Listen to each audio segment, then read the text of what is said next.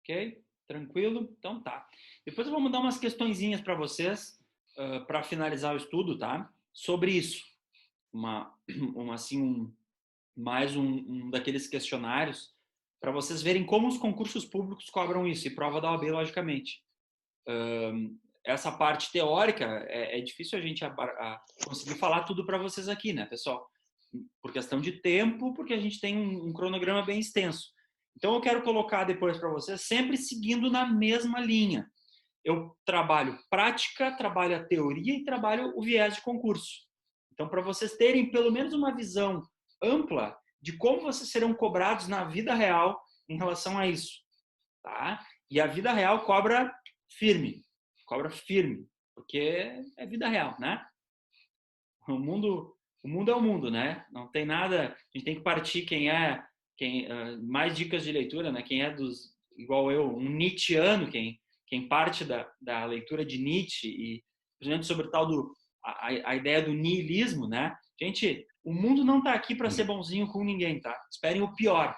O que vier é lucro, podem ter certeza disso. Dica, né? O que vier é lucro. Então vamos estar preparados, principalmente no mercado jurídico cada vez mais competitivo, cada vez mais afunilado, cada vez mais difícil.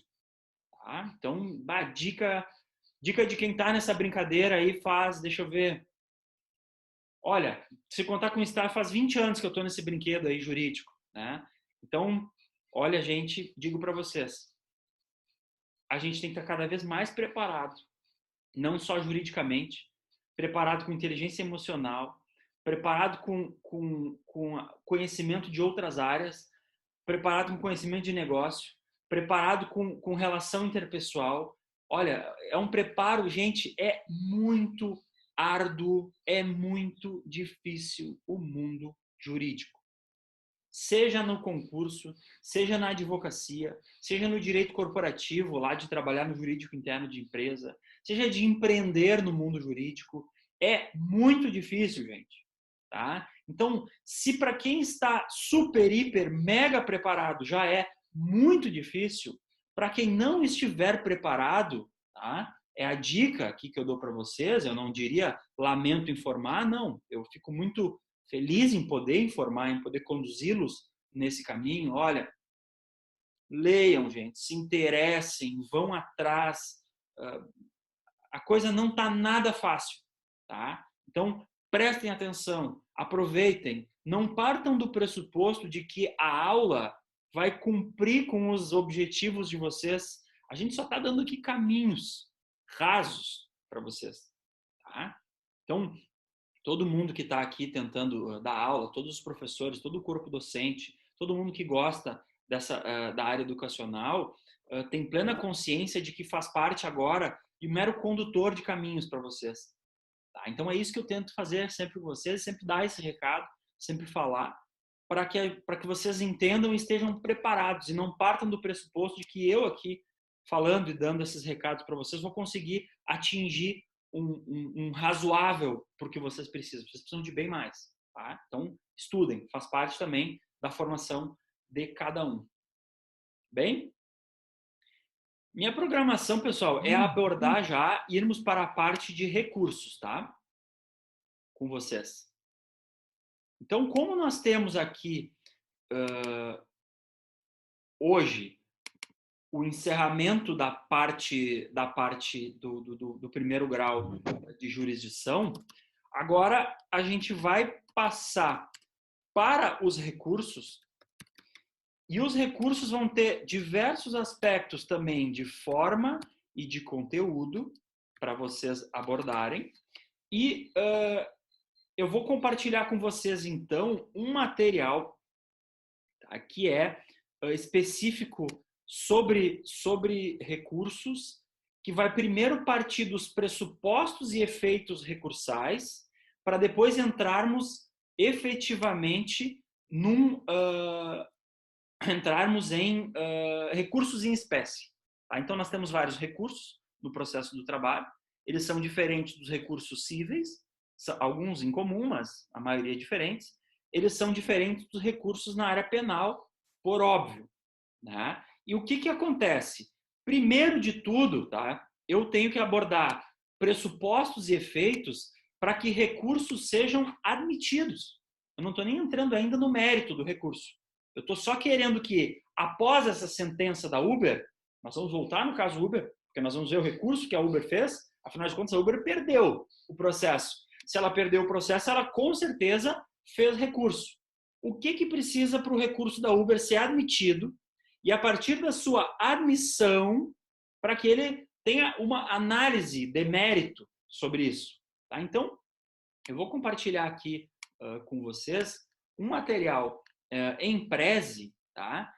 E eu já depois mando o link para vocês, sobre pressupostos e efeitos recursais. Deixa eu ver aqui. O que vai acontecer, pessoal? Primeiro de tudo, eu vou ter que fazer um recurso, seja ele qual for, ser admitido. Após a admissibilidade, após um juízo de admissibilidade, é que um tribunal, ou até um juiz, dependendo do recurso, se for um caso de embargo de declaração, por exemplo, né? Depois disso é que o recurso vai ser analisado. E cada vez mais o funil fecha. Cada vez mais os tribunais deixam de admitir recursos por aspectos formais, tá? Vamos ver esse vídeo rapidinho aqui antes do intervalo. Vou aumentar o volume aqui com vocês, tá? Para a gente rodar esse vídeo.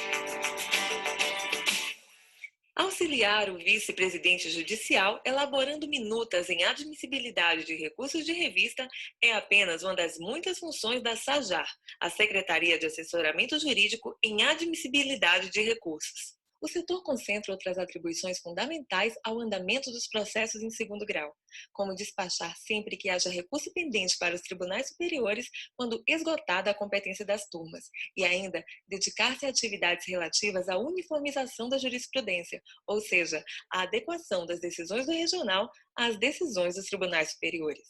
Metade dos processos do país, se não um pouquinho mais, estão todos aqui em São Paulo. E todos esses processos geram recursos, geram embargo, recursos de revista, agravo de instrumento. Em todas essas fases e outras, a vice-judicial age através dos funcionários que estão na Secretaria de Assessoramento. Com demandas tão específicas, os servidores do setor precisam ter conhecimento, técnica e atualidade jurídica no estudo das matérias tratadas. Nós temos pedidos diversos que são feitos nesses processos e o nosso despacho de admissibilidade, que é o principal, nós temos que verificar os pressupostos extrínsecos aqui e os intrínsecos. E isso exige que a pessoa esteja permanentemente atualizada com a jurisprudência do TST, com súmulas, com orientações jurisprudenciais. Atualmente precisa ter muito conhecimento acerca das nossas súmulas aqui, do nosso regional, e também das teses prevalecentes, além de conhecer também a nossa jurisprudência, os nossos julgados. Localizado no segundo andar da unidade Rio Branco, o setor possui hoje 36 servidores. Destes, 6 realizam apenas atividades de secretaria e 2 se revezam na baixa dos autos eletrônicos. Os demais atuam diretamente na atividade fim da SAJAR. Essa dinâmica de trabalho foi recentemente alterada pelas diretrizes impostas na Lei 13.015 de 2014 e na Instrução Normativa 40 de 2016, além das necessidades surgidas com a implantação do processo judicial eletrônico. O PJI, por uma questão de fluxo, com o tempo, foi trazendo para a gente atividades além daquelas que a gente já praticava. Eu precisei começar a realocar pessoas que estavam na atividade fim, fazendo a admissibilidade, para que eles fizessem atividade burocrática. A Lei 13.015, a Instrução Normativa 40, trouxe algumas outras exigências e algumas outras coisas que a gente precisa verificar aqui. E isso tornou o nosso trabalho um pouco mais moroso, porque é um processo que passaria pela mão do servidor apenas uma vez, hoje ele acaba passando até 4 vezes. Além das mudanças processuais, o número de recursos ordinários em 2016 subiu mais de 75% em relação a 2015. E a previsão é de que essa demanda seja ainda maior em 2017. E isso necessariamente, na mesma proporção, vai refletir aqui na Secretaria de Assessoramento, porque é aqui que vem o outro passo, que seria o recurso de revista. E isto interfere diretamente com o Tribunal Superior do Trabalho. Por quê? O TST trabalha mais ou trabalha menos em relação a tais recursos, a tais procedimentos, de acordo com a nossa inteligência aqui em São Paulo. Então, o SAJAR, sem ele, sem a sua existência, sem os funcionários que lá estão, que se especializaram efetivamente nisso, não teria como, sem o SAJAR, nós funcionarmos de maneira plena.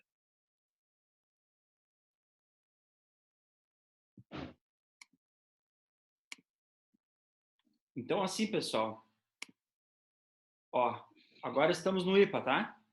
Voltei para o IPA, pode ser? Tá aí nosso prédio. Olha só, o que acontece ali? Passei esse vídeo antes de começar, inverti um pouco a ordem, como eu gosto de fazer, porque aquilo ali tem um setor dos tribunais, pessoal, só para analisar a admissibilidade de recurso de revista, que é um dos recursos que a gente vai ver, que é o recurso que é cabível a Brasília, para o TST. Tá? Vamos chegar lá, tudo bem. Mas é só para vocês verem a necessidade e a importância de haver um estudo, um aprofundamento, um domínio de pressupostos extrínsecos e pressupostos intrínsecos de cada recurso. Por quê? Porque senão eu vou me dedicar horrores para fazer um recurso que não cumpre os requisitos formais. E o recurso não vai nem subir porque eu não cumpri os requisitos formais. Então, não pode. Tá? Nós somos técnicos do direito, nós precisamos saber do que se tratam os recursos e como a gente formaliza esse recurso ao juízo competente. Tá? Vi que tem uma pergunta ali, só um minutinho. Bate-papo.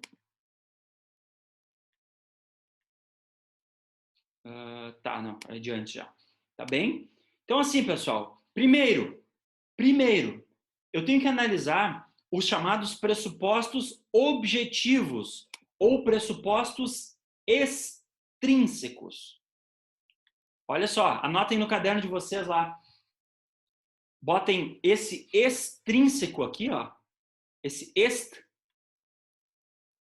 grifem as 3 primeiras letrinhas para vocês nunca mais esquecerem. Que extrínseco é de externo, ou seja, é algo que não está ligado ao recurso, dentro do recurso ainda. Algo que está ligado a aspectos exteriores ao recurso. O que é isso? Ó, extrínseco. Grifem os 3 primeiros, nunca mais vamos esquecer. Ou objetivos. Pressupostos extrínsecos ou objetivos.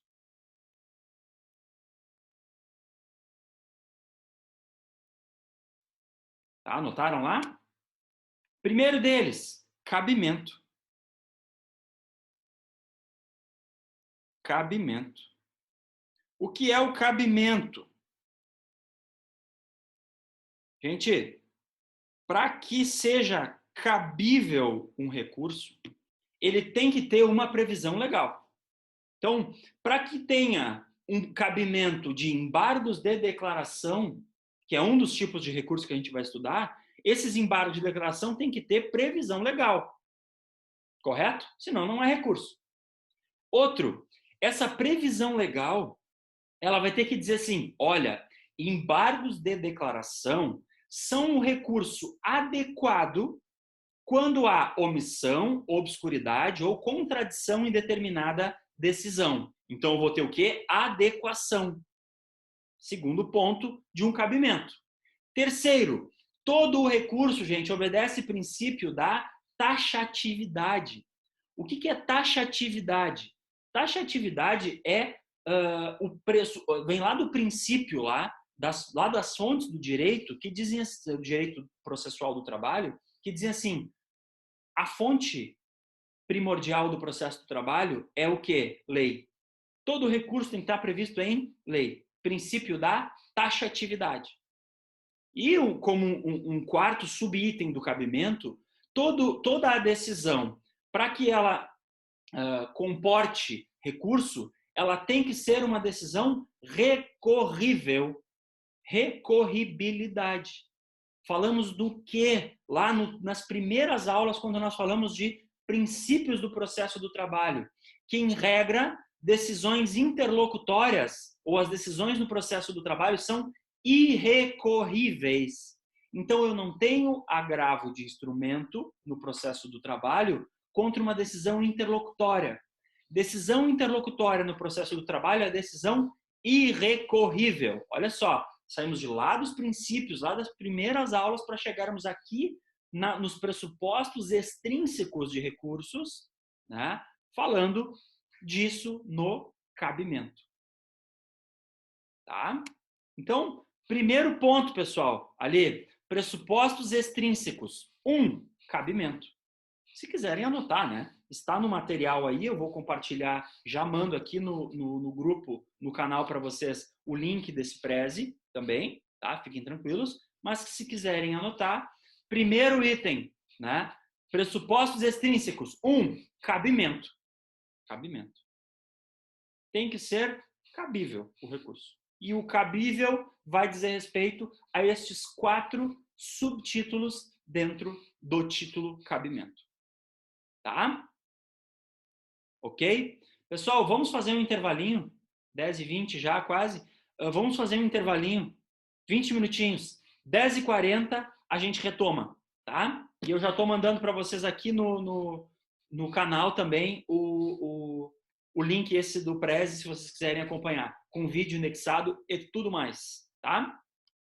Ok? Até mais, 20 minutinhos.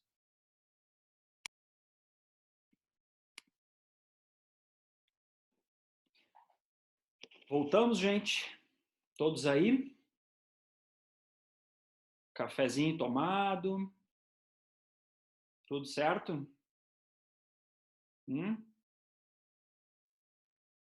Então, tá bom. Vou fazer o seguinte, ó. A gente está falando de recursos, né? A gente está falando de recursos e eu estou brincando com esse negócio aqui. Criança, quando descobre o brinquedo novo, é brincadeira, né? Então, a gente fica brincando. Eu acho que isso aqui é legal também. A gente fazer do limão uma limonada, né? Então, vamos fazer já que estamos falando de recursos, vamos agora para o Tribunal Regional do Trabalho da 4ª Região. Então, aí está, ó. Estão vendo? Esse é o Tribunal Regional do Trabalho da 4ª Região. Esse é o que fica ali na esquina da Avenida Ipiranga com a Avenida Praia de Belas. Tá? Então, já que estamos falando de recursos, vamos para o Tribunal Regional da 4ª Região. O que eu preciso retomar aqui com vocês, então, o cabimento, né, dos recursos. Entendido ali o cabimento e as subdivisões, pessoal? Ok? Cabimento, ok? Como primeiro pressuposto. Depois a gente vai voltar no vídeo, vocês vão entender melhor, né? Tá? Segundo aspecto, então. Segundo aspecto. Adequação. Na tela, adequação. Então, olha só. Eu tenho aqui 2 subitens que vocês precisam observar a respeito de adequação, né? O primeiro é muito lógico, que é o quê? Bom, toda vez que eu for impugnar, né? Tem os verbos que se usa em relação à decisão, né? É impugnar, guerrear, vergastar, enfim, tem vários tipos de verbo aí utilizados, mas de qualquer maneira, o que eu preciso observar... Opa, desculpa. Eu vou ter que cancelar aqui. É um colega de escritório ligando. Então, o que eu preciso observar, pessoal? Que tem que ser um recurso adequado, tá? Então, se eu for fazer um recurso contra uma decisão terminativa, que é o que a gente viu ali antes, que é a sentença, por exemplo, eu tenho 2 possíveis recursos lá, recursos adequados. Embargos de declaração em relação à omissão, obscuridade e contradição, ou recurso ordinário, que é um recurso para efetivamente postular uma reanálise de fato de direito ao 2º grau. Então, esses seriam os recursos adequados. Toda vez que eu for recorrer, eu tenho que observar o recurso adequado. Tá? Por que é importante, pessoal? Porque eu tenho aquela regra, já ouviram falar de fungibilidade? Nomezinho meio feio, né? Parece tá falando de outras coisas que não de processo. Já ouviram falar de fungibilidade? Sim, não, talvez? Ó, voltei para cá. Fungibilidade. Fungibilidade é o seguinte, eu entro com um recurso, mas o tribunal me dá uma colherzinha de chá, né? e diz assim, não, ok, doutor, o senhor se equivocou quanto ao nome do recurso, o senhor se equivocou em relação a algum aspecto do seu recurso, então a gente vai receber o recurso. Gente, fungibilidade é exceção à regra. Tá? Fungibilidade, o que não pode haver na fungibilidade? Erro grosseiro. Então, eu não posso entrar com recurso de apelação quando o recurso adequado é recurso ordinário. Porque recurso de apelação nem existe no processo do trabalho. Existe recurso ordinário. Recurso de apelação é lá no cível. Recurso de apelação é lá no crime. No processo do trabalho, não tem recurso de apelação. Então, eu não vou conseguir aplicar a fungibilidade, porque é um erro grosseiro, é um recurso inadequado. Então, o segundo aspecto, como pressuposto extrínseco, né? Extrínseco vai ser a adequação. A adequação quer dizer o quê? Eu tenho que interpor ou opor o recurso adequado. Não entrem na adrenalina da fungibilidade, tá? É uma exceção à regra, eventualmente é possível, né? Se for uma discussão muito ferrenha sobre o tipo de recurso adequado, se estiver no prazo e se obedecer os demais pressupostos extrínsecos, ou seja, já falei do prazo, preparo, enfim, tá? Não joguem com a fungibilidade, tá? Tem que saber qual é o recurso adequado. Então, pressupostos extrínsecos. Primeiro, cabimento. Segundo, adequação. Terceiro, tempestividade. E aqui, pessoal, tá muito barbada. Por quê? Todos os prazos recursais em matéria trabalhista têm o prazo de 8 dias, à exceção de que são os embargos declaratórios. Então, os embargos declaratórios possuem prazo de 5 dias. Os demais recursos, 8 dias, tá? Sempre dias úteis. Sempre dias úteis. Tá? Por quê? Porque a reforma trabalhista trouxe essa barbadinha, né, aí pra gente. Antes eram dias corridos, agora dias úteis. Tá bem? Então, olhem só, voltei um pouquinho. Primeiro pressuposto extrínseco, cabimento. Segundo pressuposto extrínseco, adequação. Terceiro pressuposto extrínseco, tempestividade. Prazo geral de recurso, 8 dias. Exceção, embargos, que tem prazo de 5. E temos uma pergunta no nosso bate-papo. Feriados regionais contam? Claro, não só os regionais, como os municipais também. Só que o detalhe, tá? Eu vou ter que provar que esse feriado regional existe e que esse feriado municipal existe. Então, muito importante essa pergunta. O que eu vou fazer? Quando eu fizer o meu recurso, eu vou colocar um item, eu vou abrir um item da tempestividade, porque eu tenho que facilitar o trabalho dos serventuários, tá, pessoal? Então, o que eu vou fazer? Eu vou pegar esse meu item tempestividade e vou explicar. Serventuários, juízes, desembargadores, prestem atenção. Ainda que o prazo fosse na segunda-feira, dia X, eu estou interpondo esse recurso na terça, porque na segunda é feriado municipal, conforme o decreto. Ou simplesmente citar. Quer ser extremamente formalista mesmo?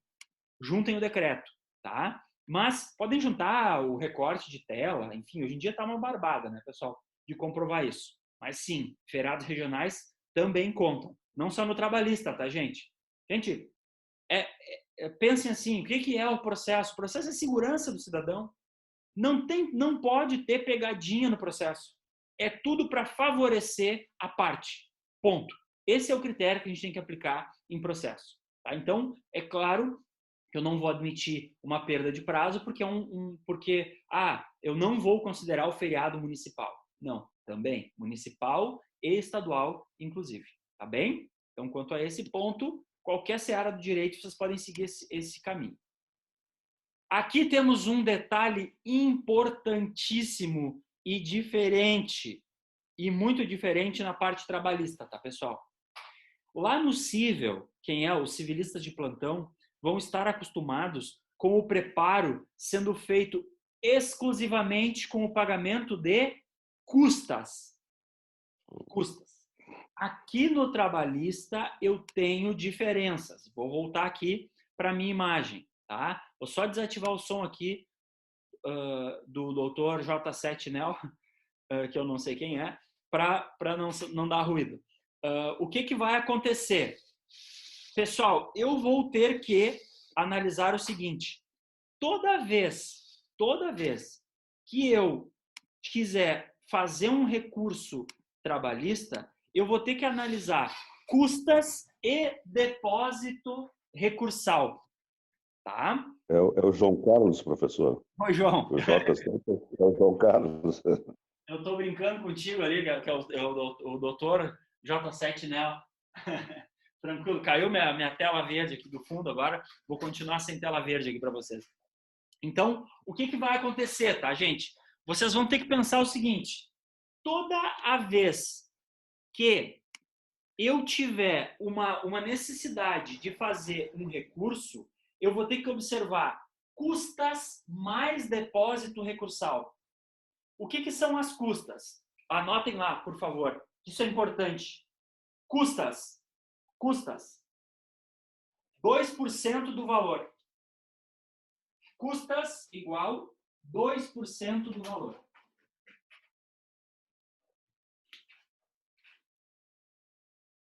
Entendido? Contas aí para quem é bom de matemática, então. Valor da condenação, tá, gente? Valor da condenação. Então, o que é isso? Buenas, se eu tiver uma condenação de 10 mil reais, qual vai ser o valor das minhas custas? Vamos lá, quem é bom de matemática aí?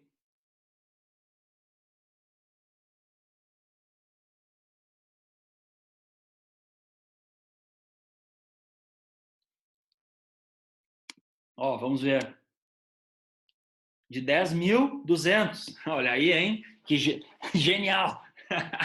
Perfeito. Ótimo. É isso aí. Então, o que acontece? Eu vou observar, pessoal, custas a serem pagas como? Tá ali, ó, na tela para vocês. Guia de recolhimento da União. Então, eu vou ter que... Pensem vocês assim. O cliente, tá? Ele não sabe nada de custas, ele não sabe nada de depósito recursal, ele não é do direito, pessoal, em regra, tá? Ele não é advogado, por isso que ele precisa do serviço de vocês como advogados. Se ele não sabe nada como advogado, logicamente ele não vai saber nem o valor, nem como recolher guia. Tá? Então vocês precisam saber, está ali na tela. Guia de custas no processo do trabalho é recolhida pela GRU. Cada tribunal, pessoal, vai ter uma identificação ali, ó, unidade gestora, gestão, nome da unidade e código de recolhimento, tá? Então, dica para vocês, se eu estou no TRT4, eu vou no site do TRT4 e vou buscar o tutorial de como fazer o recolhimento de custas no TRT4.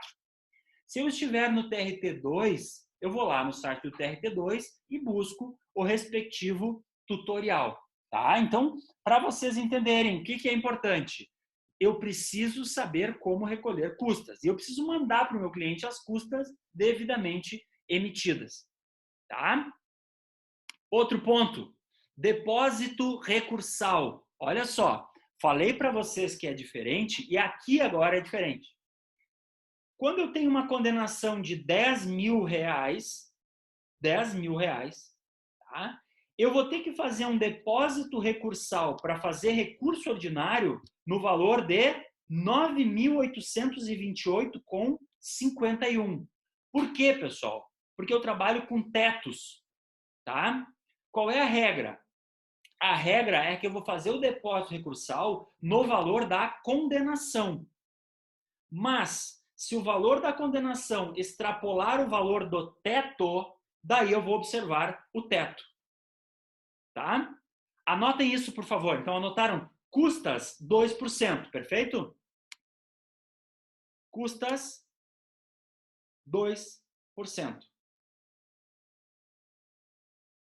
Tá? Custas, 2%.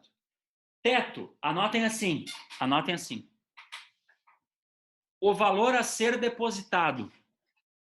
o valor a ser depositado como depósito recursal,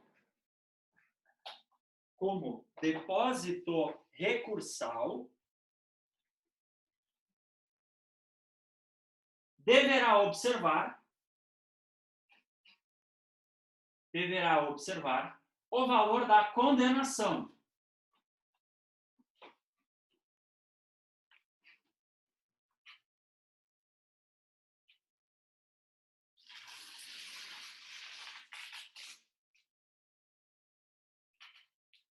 O valor da condenação. Caso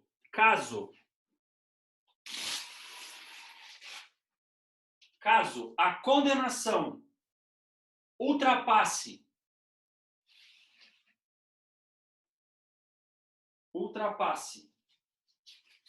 os valores de teto, podem colocar assim, entre aspas, teto.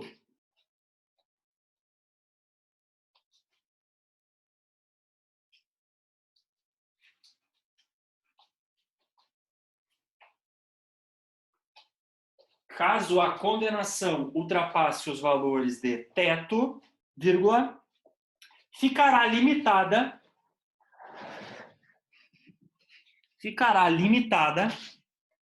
à quantia, esse A tem crase, né? Ficará limitada à quantia prevista pelos tribunais. Na verdade, nem é pelos tribunais. Prevista pelo TST. Prevista pelo TST.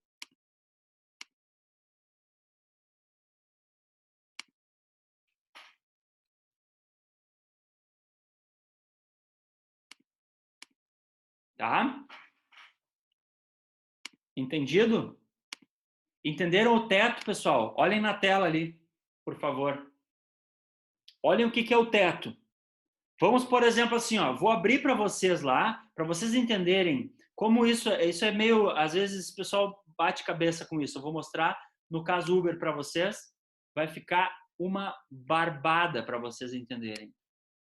Olha só, vou abrir aqui de novo o...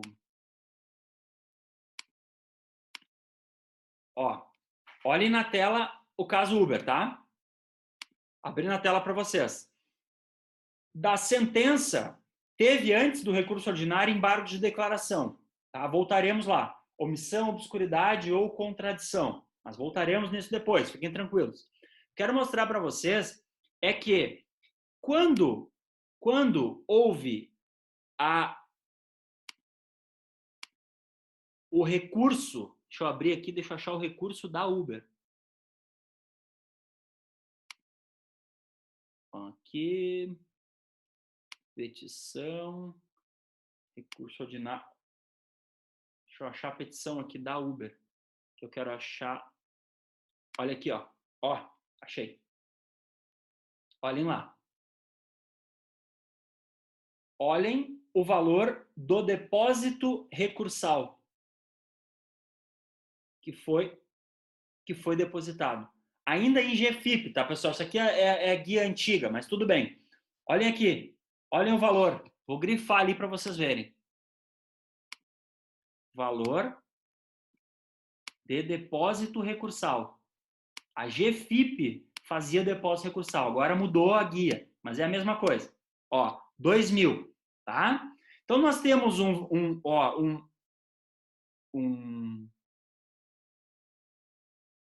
recurso ordinário com uma guia de R$2.000, tá? Vamos ver quanto foi a condenação. Vamos lá na sentença novamente. Lá, sentença. Ó, voltamos à sentença. Detalhe, pessoal, antes que me passou, ó, importantíssimo, passa um pouco, mas depois volta. Toda sentença vai ter que ter um valor, tá? De condenação. Olhem aqui, se essa não teve. Foi lá, fomos bastante lá, tá bem extensa. Um pouco mais. Jornada extraordinária. Tchananã. Danos morais. Conclusão. Conclusão. Pá, tudo ali. Olha aqui, ó. Olhem o valor atribuído à condenação. Condeno a reclamada a pagar as custas processuais de R$ 600, calculadas sobre 30 mil.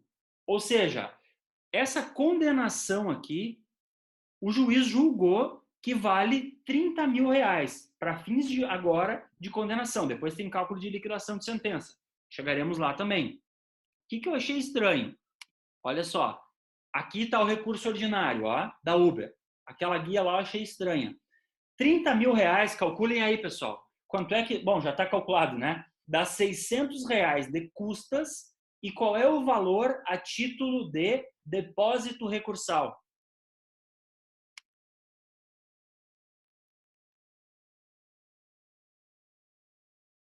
Ó. Achei o valor da Uber. Aquele lá não era. Aquele lá acho que era um outro processo que estava colado ali. Esse aqui é o valor correto. Ó. Pergunta de $1 milhão.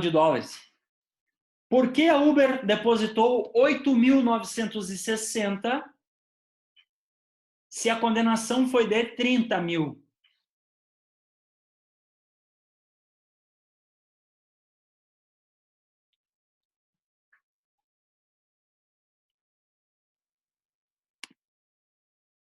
E aí?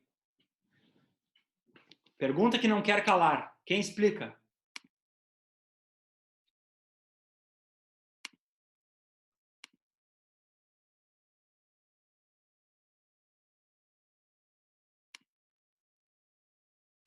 Deixa eu ver.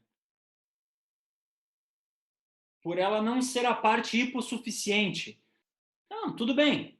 Mas não é isso. Mas por que o valor de 8 mil? Se essa condenação... Professor, Fala, João. esses valores são agora após a reforma trabalhista ou sempre foram esses valores, digamos, 2% do valor da causa? Sempre foram.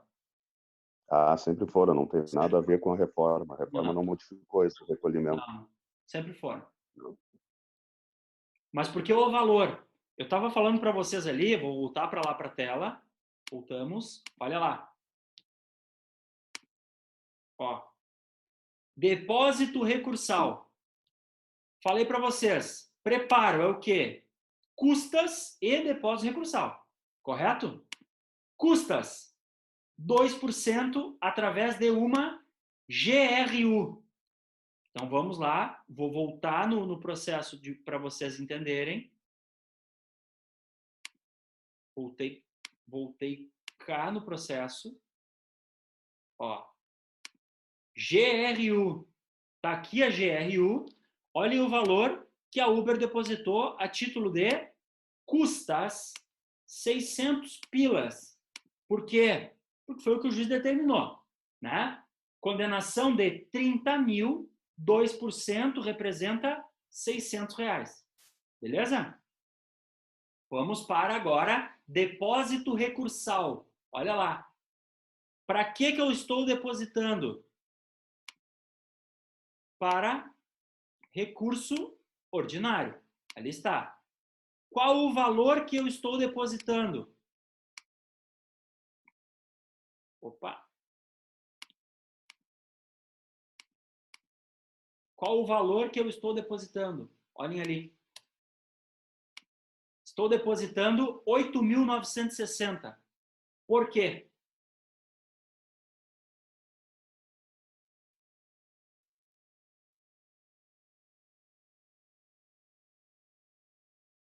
Ninguém? Porque a lei manda. Essa é uma pergunta boa, é uma resposta boa, né? Ó. Gente, esse recurso aqui, ele é de 2016, tá? Então ele está um pouco, os valores de depósito estão um pouquinho defasados. Ó, o James está chutando para tudo que é lado ali. Método goleira, né? Tá. Não é 50% do valor dos embargos. Não tem nada a ver com embargos, James. Tem a ver o seguinte, ó. Quando eu faço o depósito recursal, eu tenho que depositar o valor de condenação. Então anotem lá. Já anotaram, na verdade, né? Valor de condenação. Quanto foi o valor de condenação?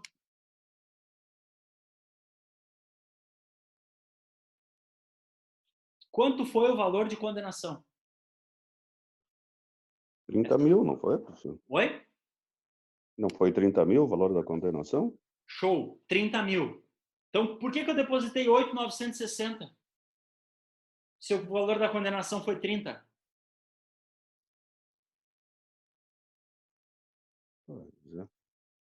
Agora também não sei ele responder. Não sabe? Que bom. Mas tá fácil, gente. Tá fácil. Ó, porque, gente, a lei trabalhista nos dá, então, uma barbadinha, tá?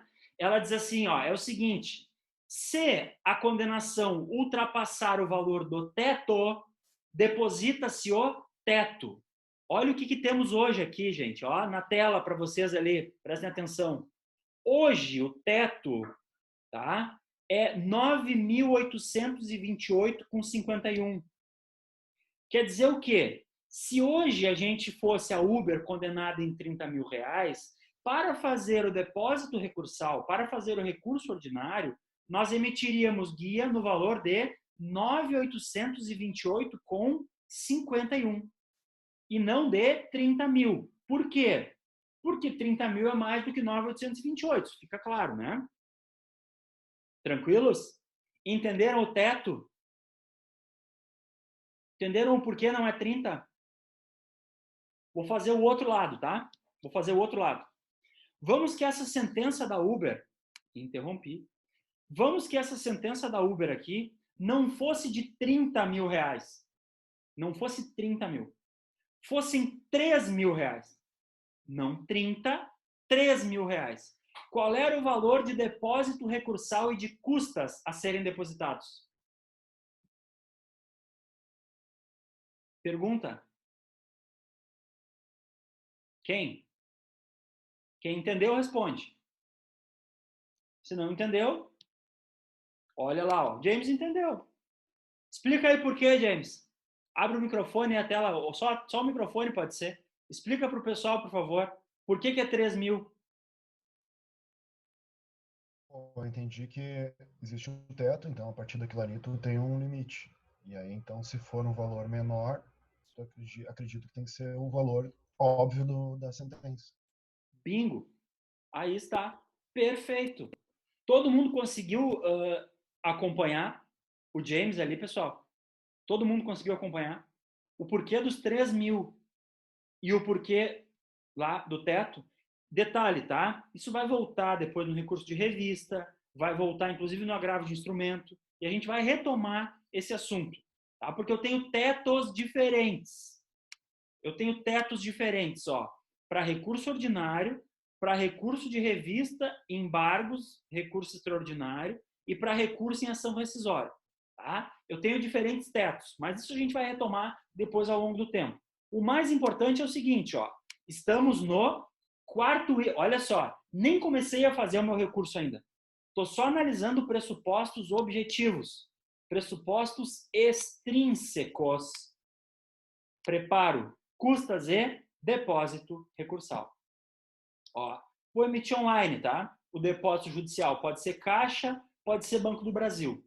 Tanto faz. Ambos os sistemas fazem isso aí. Não vamos fazer aqui agora, né? Porque não é exatamente o objeto da aula, é para vocês entenderem o contexto e não exatamente emitirem as guias, tá? Gente, empresas que são demandadas todo dia, toda hora na Justiça do Trabalho, se vocês forem falar com os prepostos, com o pessoal lá do RH da empresa ou do financeiro, eles dão aula para vocês em como emitir guias, tá? Não é essa a questão. A questão é que vocês precisam saber disso, porque vocês precisam orientar os clientes de vocês sobre, inclusive, que é caro recorrer.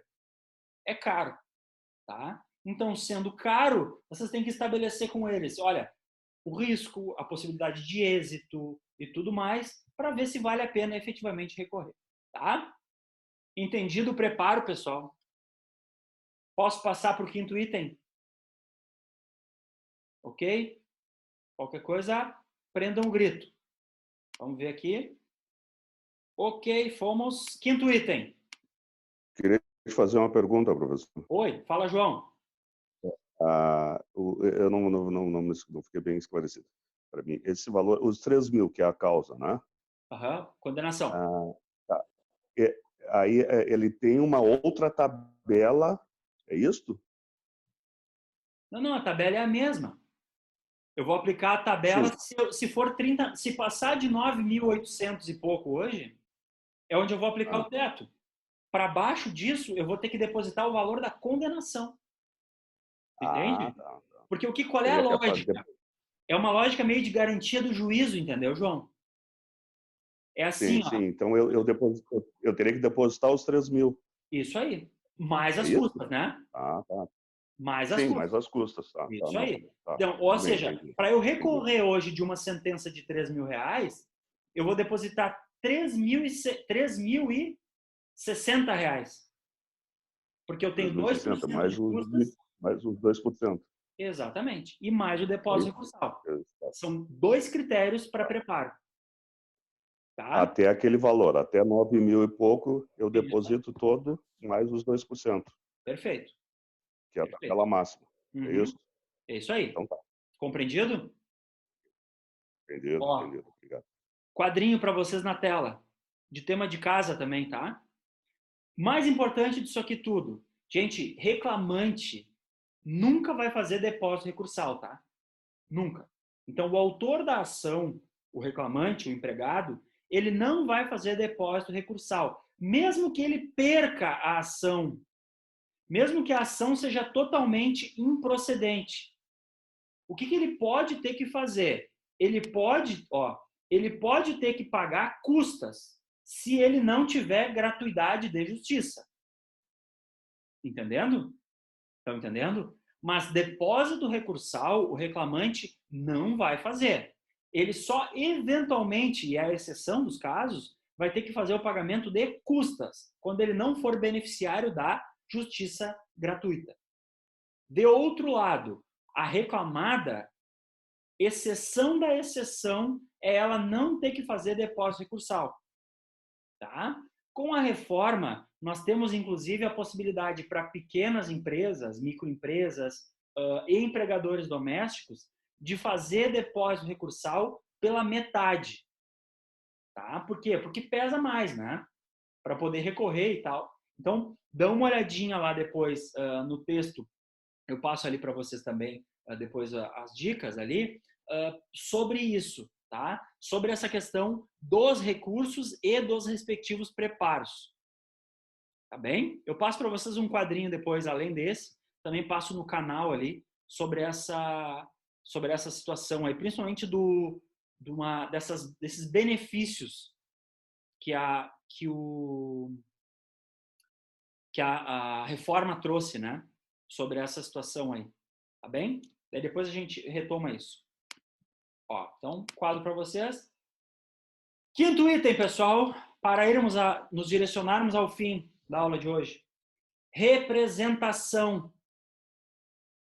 Representação. O tribunal ali, esse lá, ó, voltar lá no começo. Olha só, tudo que o tribunal está olhando, só para fazer subir o recurso. Nem entrou ainda lá com o desembargador, nem foi ainda para a turma. Ó, o juízo de admissibilidade, os juízos de admissibilidade em todo e qualquer recurso observarão pressupostos extrínsecos. 1, cabimento. 2, adequação. 3, tempestividade. 4, preparo. 5, que foi mais detalhada a coisa, falei para vocês, um por um. 5, representação. O que é representação? Será que a parte tem procuração nos autos? Eu estou representando a parte está exercendo o jus postulandi, é ela mesma que está se representando, ela tem um mandato, ela tem procuração expressa ou tácita, o recurso, ele tem assinatura, ele foi devidamente assinado. Então, olha só, eu nem estou falando ainda, pessoal, se o recurso está bom, está ruim, se o recurso vai ser provido, não vai ser provido. Eu só estou falando de que o juízo de admissibilidade vai observar tudo isso aqui antes de poder observar vamos pensar assim, antes dele entrar para o juízo analisar. Tá? Vejam como é complexo. Capacidade de postular perante as instâncias. Sim, a capacidade postulatória, né? Vamos pensar assim, em regra, a capacidade postulatória perante juízo é de advogados, né? Nós falamos sobre o jus postulandi. Só que na Justiça do Trabalho, devido ao jus postulandi, eu posso me representar até o segundo grau. Então, quer dizer o quê? Eu posso fazer recurso ordinário. Vejam como é complexo, né, gente? Vejam como, assim, se eu tenho que observar tudo isso, já é difícil para a gente que está se preparando, que tem um preparo jurídico para fazer, imaginem para a parte que não tem conhecimento jurídico. Tá? Então, por isso que eu digo a vocês, professor, o jus postulandi é legal, né? Porque daí a parte não precisa pagar honorários de advogado, tal, sai mais barato. Pode ser, mas às vezes o barato pode sair caro, né? Porque é bem complicado, não é um sistema fácil. Complexo, exato, é complexo. E assim, eu estou falando só em recurso ordinário ainda para vocês, tá? Quando a gente chegar no recurso de revista, vocês vão ver que no começo é ruim, depois piora, tá? No começo é ruim, depois piora. Fiquem bem cientes disso, tá? Então, assim, pessoal, os 5 itens dos pressupostos extrínsecos entendidos, vou de trás para frente agora. Representação, preparo, com as guias, representação e preparo, sendo que o preparo tem custas e depósito recursal, tá? 3, tempestividade, muita atenção, prazo geral para recursos de 8 dias, embargos declaratórios 5, sempre em dias úteis. 2, o recurso deve ser adequado, adequação, tá? 1, o recurso deve ser cabível, cabível, tá? Não adianta eu entrar com um recurso de apelação no processo do trabalho. Embargos interrompe o prazo. Isso aí, chegaremos nos embargos, tá? Tranquilo. Embargos interrompe o prazo, sim. Com certeza. Tá bem? Eu quero só dar uma questão para vocês ali sobre fungibilidade, pessoal. Tá? Fungibilidade. A fungibilidade, ela tá aqui, ó, na adequação. Tá? Então, só para vocês não passarem, isso é um ponto muito importante, tá? Anotem ali. Observação. Fungibilidade. Fungibilidade.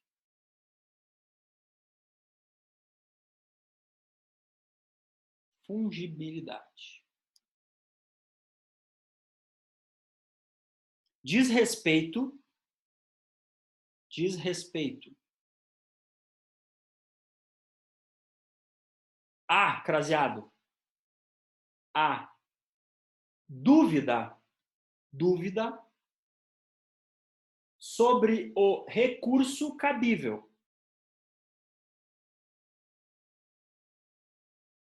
Diz respeito à dúvida sobre o recurso cabível. Ponto.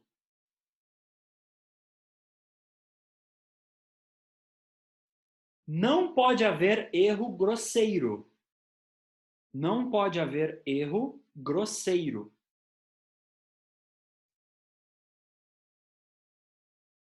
Não pode haver erro grosseiro. Para quê? Para que o recurso interposto de forma equivocada,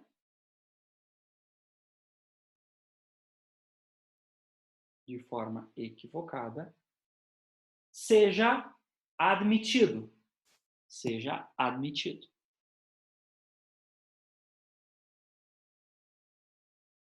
Ponto. Ponto. Além disso, vírgula. Além disso, vírgula. O recurso deve observar. O recurso deve observar. Prazo e preparo. Prazo e preparo.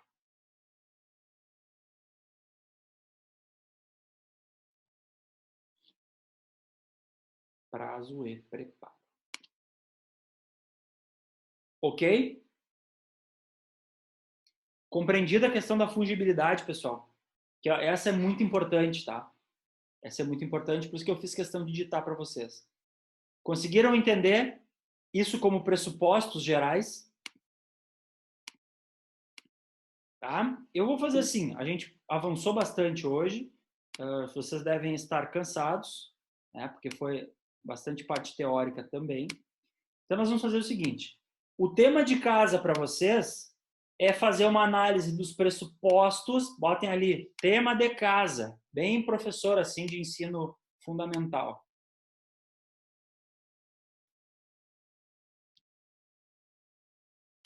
Tá? Tema de casa. Analisar recurso da Uber. Analisar recurso da Uber e do empregado, porque ambos recorreram. Analisar recurso da Uber e do empregado. Quanto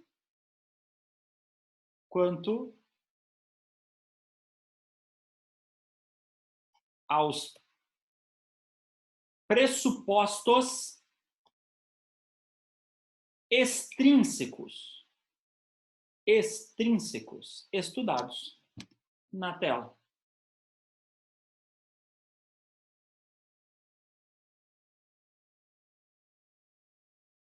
Tá? De novo, vou tirar daqui, está na tela, o link está compartilhado no canal já para vocês, desse Prezi, para vocês verem e reverem, tá? De novo, o que eu quero? A gente vimos instrução, vimos sentença. Vocês já fizeram toda uma análise daquele processo para a nossa atividade avaliativa, tá bem? O que vai acontecer agora? Partam dessa análise, vejam a sentença e vejam o recurso. Sigam estudando esse processo. É um ótimo processo para estudo, tá? E a gente vai analisando teoria e prática. Teoria e prática. Eu acho que assim fica muito bem para vocês fixarem, tá? Sobre a correção, pessoal, de vocês. Foram vários trabalhos ali, eu também tenho trabalhos de outras turmas, tá?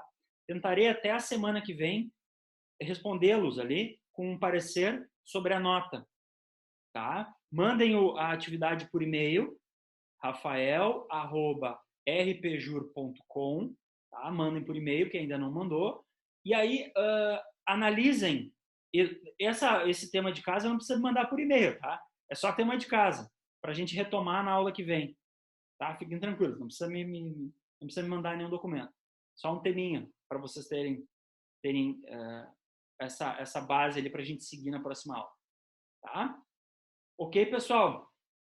Dúvidas? Sim, não? Ok? Qualquer coisa, revejam ali a aula, né? De novo. Depois eu subo para o YouTube, dá para rever, reestudem o caso. Qualquer manual de processo do trabalho fala exatamente isso que eu estou falando para vocês aqui. Tá? Então, base bibliográfica para vocês revisarem não falta. Tranquilo. Tá? E aí, seguimos. Qualquer dúvida, prendam um grito. Não temos previsão de retorno. Eu acho assim, tá, pessoal? Meu achar, meu sentir. Acho que nós não voltamos para a aula presencial esse semestre. Então, vai ser um semestre todo à distância, todo dessa maneira. Então, inclusive, a nossa visita aqui, ó, né? Nossa visita aqui, que eu queria com vocês lá, infelizmente não vai dar, tá? Então, paciência, vamos fazendo o que dá, como podemos, seguimos na matéria. Também vou separar aí para vocês algumas questões de concurso, OAB, para vocês trabalharem provas, para vocês trabalharem sentença, para vocês trabalharem pressupostos recursais. Tá bem? Show de bola? Bom feriado para vocês, dia do trabalho, né? Amanhã. Bom feriadão, bom fim de semana. Até a próxima. Tchau, tchau.